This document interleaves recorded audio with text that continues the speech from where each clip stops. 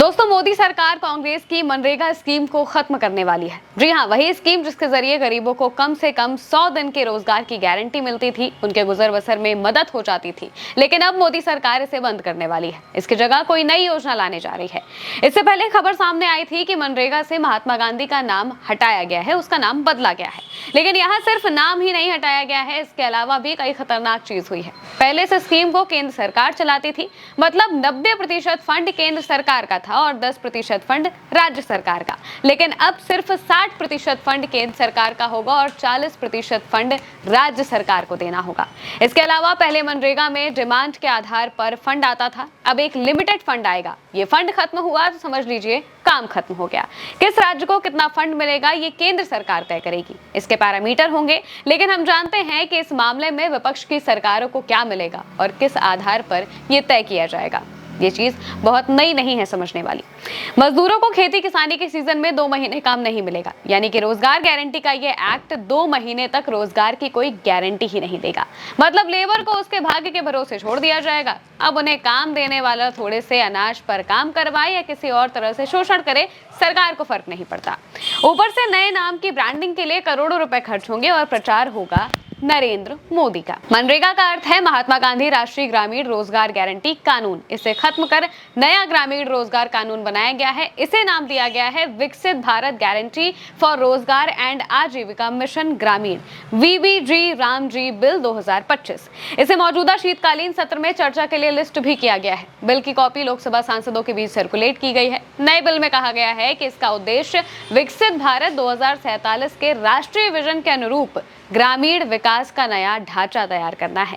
काम के दिनों की संख्या 100 से बढ़ाकर 125 दिन कर दी जाएगी। इधर कांग्रेस ने सरकार के फैसले का विरोध किया है। कांग्रेस सांसद प्रियंका गांधी ने कहा कि महात्मा गांधी का नाम क्यों हटाया जा रहा है। आप उनका बयान भी सुनिए। मैं समझ नहीं सकती कि इसके पीछे मानसिकता क्यों है, क्या है।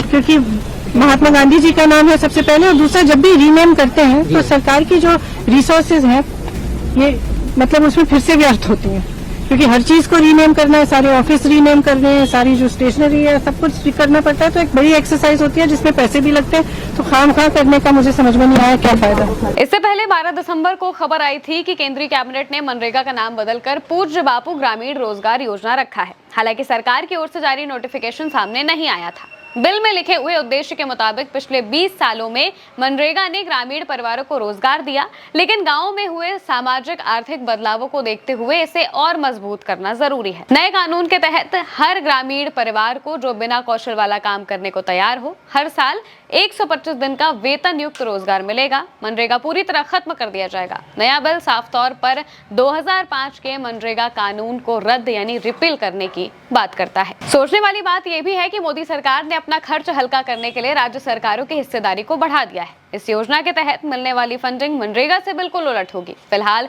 केंद्र सरकार मजदूरी बिल का पूरा भुगतान करती है, लेकिन नए बिल के तहत राज्यों को भी खर्च साझा करना होगा। हालांकि केंद्र शासित प्रदेशों में केंद्र सरकार ही पूरा खर्च उठाएगी। पूर्वोत्तर और हिमालयी राज्यों के लिए केंद्र और राज्य सरकारें 90-10 के अनुपात में फंड उपलब्ध कराएंगी, जबकि बाकी राज्यों के साथ ये 60-40 के हिसाब से होगा। साथ ही अब लेबर बजट की जगह मानक आवंटन होगा। इस बिल के सेक्शन 4(5) में प्रावधान किया गया है कि केंद्र सरकार हर वित्त वर्ष के लिए राज्यवार मानक आवंटन तय करेगी, जो केंद्र सरकार की ओर से तय किए गए ऑब्जेक्टिव पैरामीटर्स पर आधारित होगा। किसी राज्य ने अगर इस आवंटन से ज्यादा खर्च किया तो केंद्र सरकार तय करेगी कि राज्य सरकार वो खर्च कैसे वहन करे। दोस्तों, कांग्रेस अध्यक्ष मल्लिकार्जुन खड़गे ने इसका विरोध जताया है। उन्होंने एक्स पर पोस्ट करते हुए लिखा, ये केवल महात्मा गांधी नरेगा के नाम बदलने की बात नहीं है, ये बीजेपी RSS की मनरेगा को खत्म करने की साजिश है। संघ के 100 साल पर गांधी का नाम मिटाना यह दिखाता है कि जो मोदी जी विदेशी धरती पर बापू को फूल चढ़ाते हैं वो कितने खोखले और दिखावटी हैं। जो सरकार गरीब के हक से चिढ़ती हो वही मनरेगा पर वार करती है। इस अहंकारी सत्ता का कोई भी ऐसा निर्णय जो गरीब और मजदूर विरोधी होगा, ऐसे प्रावधान के खिलाफ कांग्रेस पार्टी संसद और सड़क पर उसका पुरजोर विरोध करेगी।